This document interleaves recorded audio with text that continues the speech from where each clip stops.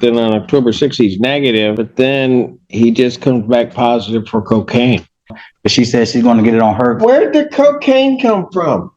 To be honest. Okay, let's start there. Yeah, being honest, like I said, I've been doing, Your Honor, I'm being honest. I want to be honest. Lately, I'm an introvert. So I just be in the house. So I just being honest, and I'm just being honest. I don't want to lie. I know, but I still don't know where the cocaine came from. And that won't happen again. I promise. I'll give you my word on that. All right, I'm done. Today we're in Judge Simpson's courtroom and we've got a defendant who just cannot stop yapping, like his mouth is stuck on play. The man talks like silence is a felony and he's determined to drown the judge in excuses before the case even begins. Every time he opens his mouth, he adds a new reason why nothing is ever his fault, not 1 ounce of accountability in sight. Somehow he still believes he deserves sympathy, freedom, and maybe even a pat on the back for trying. Watching him ramble feels like witnessing someone speedrun the worst legal strategy ever invented, and the funny thing is, he genuinely thinks this performance is helping him. Would you trust a guy who talks this much when everything he says is just another excuse? Let's go ahead and dive in. Hide the lead. There is a violation as well. That should be in the file. That's correct, Your Honor. Defense counsel, I did have a chance to discuss that. I told Mr. Turkis I wasn't sure if the court would want to move forward with the plea today. I'm not going to want to. Regarding the violation, there would be an admission, and with that admission, he has worked with CMH and gotten into additional programming. He was dropped off here today by My counselor. and he wants to continue to have negative tests, but obviously there's the positive test that just happened. Well,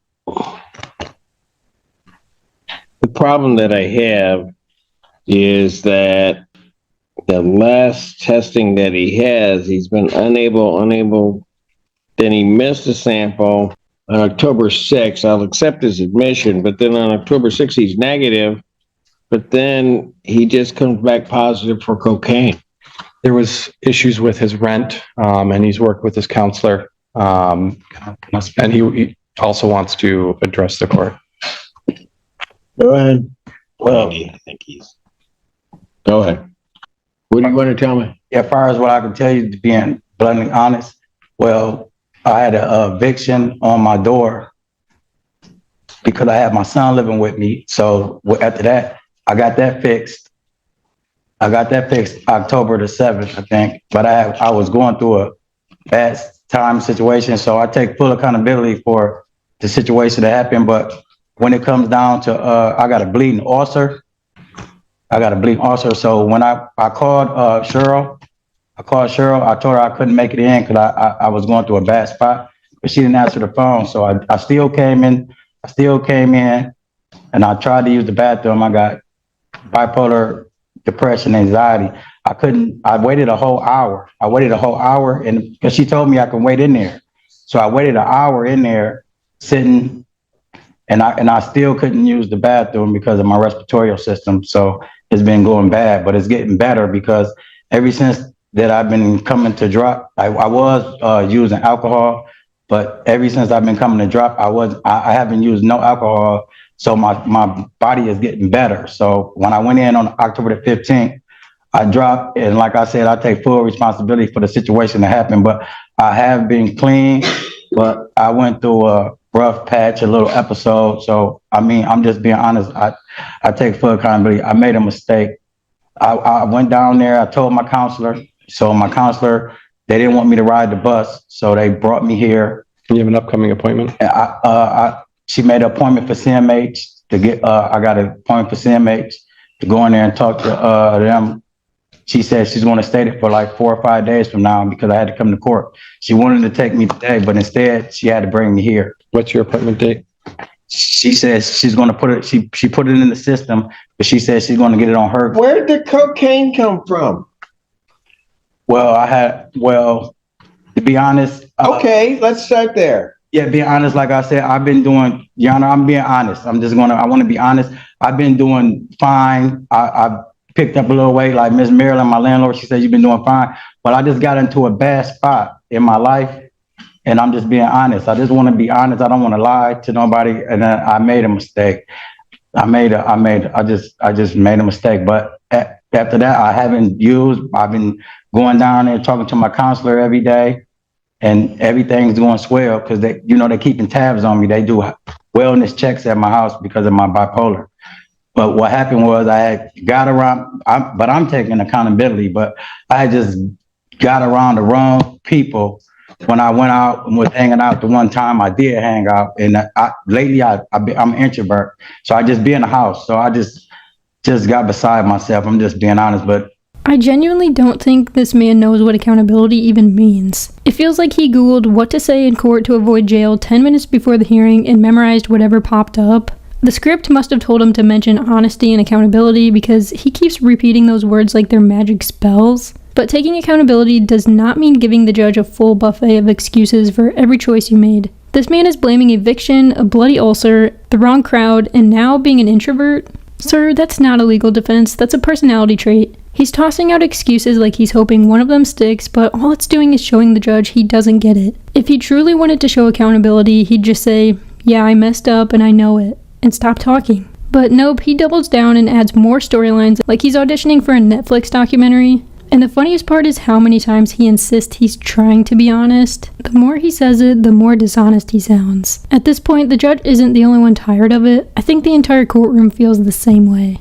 My counselor's been with me every day now, and I've been staying in the house, and she's taking me to community health, and she's everything's going well. Ms. Marilyn, my landlord, she's been coming up checking on me, and everything's been going well. They take me to the grocery store.